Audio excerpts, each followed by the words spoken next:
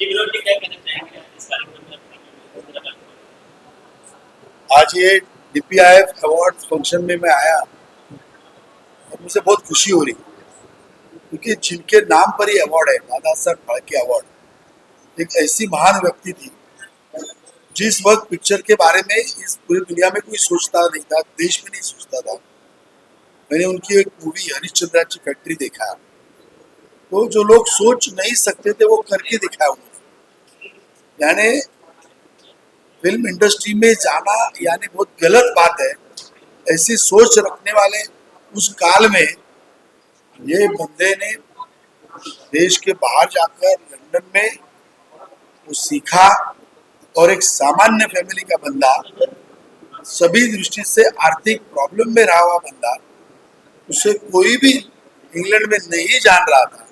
और उस वक्त आज जैसी मोबाइल, सोशल मीडिया, कोई भी गैजेट्स अवेलेबल नहीं थी।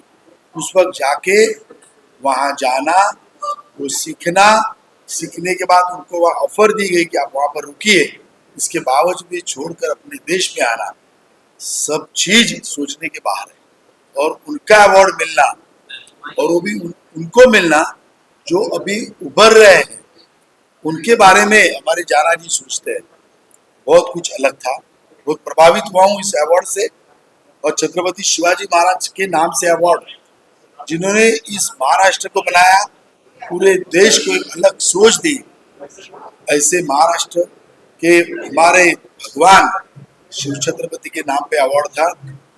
मुझे लगता है बड़े बड़े अवार्ड्स तो सब बड़े बड़े लोगों को मिलते हैं, लेकिन उभरने वाले लोगों को वो और उभरे, और जितना भी उभरे, सोशल वर्क में हो, मीडिया में हो, आर्ट्स में हो, उनको उनके काम के बारे में मोटिवेट करना, ये सबसे अच्छी बात है। और जाना जी के बारे में तो मैं क्या बोलूँ, एक बंदा ऐसा है, छोटे से घर से आया, लेकिन अलग जहाँ पर जाकर अपना मुकाम बनाया है। मैं एक ही बात बोलता हूँ, और उनके काम में परफेक्शन भी है। मैंने एक वाक्य सुना था, ब्रूस ली का वाक्य है, I am not afraid of that fighter who knows 1000 kicks, but I am afraid of that fighter who knows, who has mastered one kick 10,000 times. यानी मैं वो फाइटर को नहीं डरता जो 1000 टाइम्स किक को जानता है, लेकिन ब्रूस ली ने जो कहा, मैं उस फाइटर से डरता हूँ जिसने एक किक 10,000 किक 10,000 टाइम्स मास्टर की हो, प्रैक्टिस की हो। That is called perfection. और बात ब्रूस ली ने कही है, तो परफेक्शन के बारे में इससे ज्यादा और अच्छी तरह कोई बता नहीं सकता है। और वही परफेक्शन नाजा जी के उनके उनके कामों में है, और वो हम देख रहे हैं। मुझे लगता है ये प्रयास को बहुत तहे दिल से मैं धन्यवाद देता हूँ।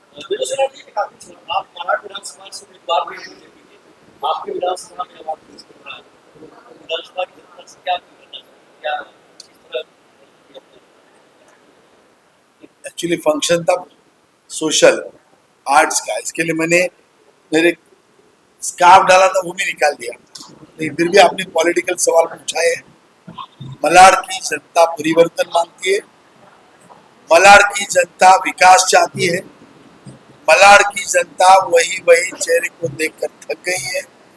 उसी चेहरे ने, उसी पार्टी ने 25 साल तक उनको चूस लिया, और अभी वो अलग तरह का विकास चाहती है। उन्होंने मन बना लिया है, सोच बदल दी है, और आने वाले इस चुनाव में इस बदलाव को हम देखेंगे। और इस चुनाव के बाद आने वाले 5 साल में मलाड की जनता भारतीय जनता पार्टी के रूप में जो मुझे कैंडिडेटशिप दिया है, तो मुझे सपोर्ट करने के लिए कमल के चिन्ह के ऊपर बटन दबाकर एक अलग विकास के दुनिया में प्रवेश करेगी। और 5 साल में हम वो मुकाम छू पाएंगे जो 25 साल से हम मरूफ है। ये आने वाला चुनाव आपको दिखाएगा। विनोद जी, क्या रणनीति होने वाली है इस चुनाव में? अरे मुझे रणनीति करने की जरूरत नहीं है, मैं तो सिर्फ फेस हूँ। ये जनता की आवाज है, जनता की सोच है, क्योंकि परिवर्तन वो मांग रहे हैं। मैं तो फेस वैल्यू पर हूँ, और आप महसूस करेंगे, क्योंकि ड्रग्स से पूरा मलाड छूटा है, खड्डे वाले रास्तों से मलाड पीड़ित है। हॉस्पिटल की, हेल्थ की सुविधा से मलाड मन, और इसीलिए मलाड ने मन बना लिया है। स्ट्रैटेजी तो उस चीज के लिए बनाती है, वहाँ कष्ट करके कुछ जाना पड़ता है। ये तो जनता की मांग है, चुनाव तक रुकी है, चुनाव में हासिल कर लेंगे और आगे जाएंगे। धन्यवाद।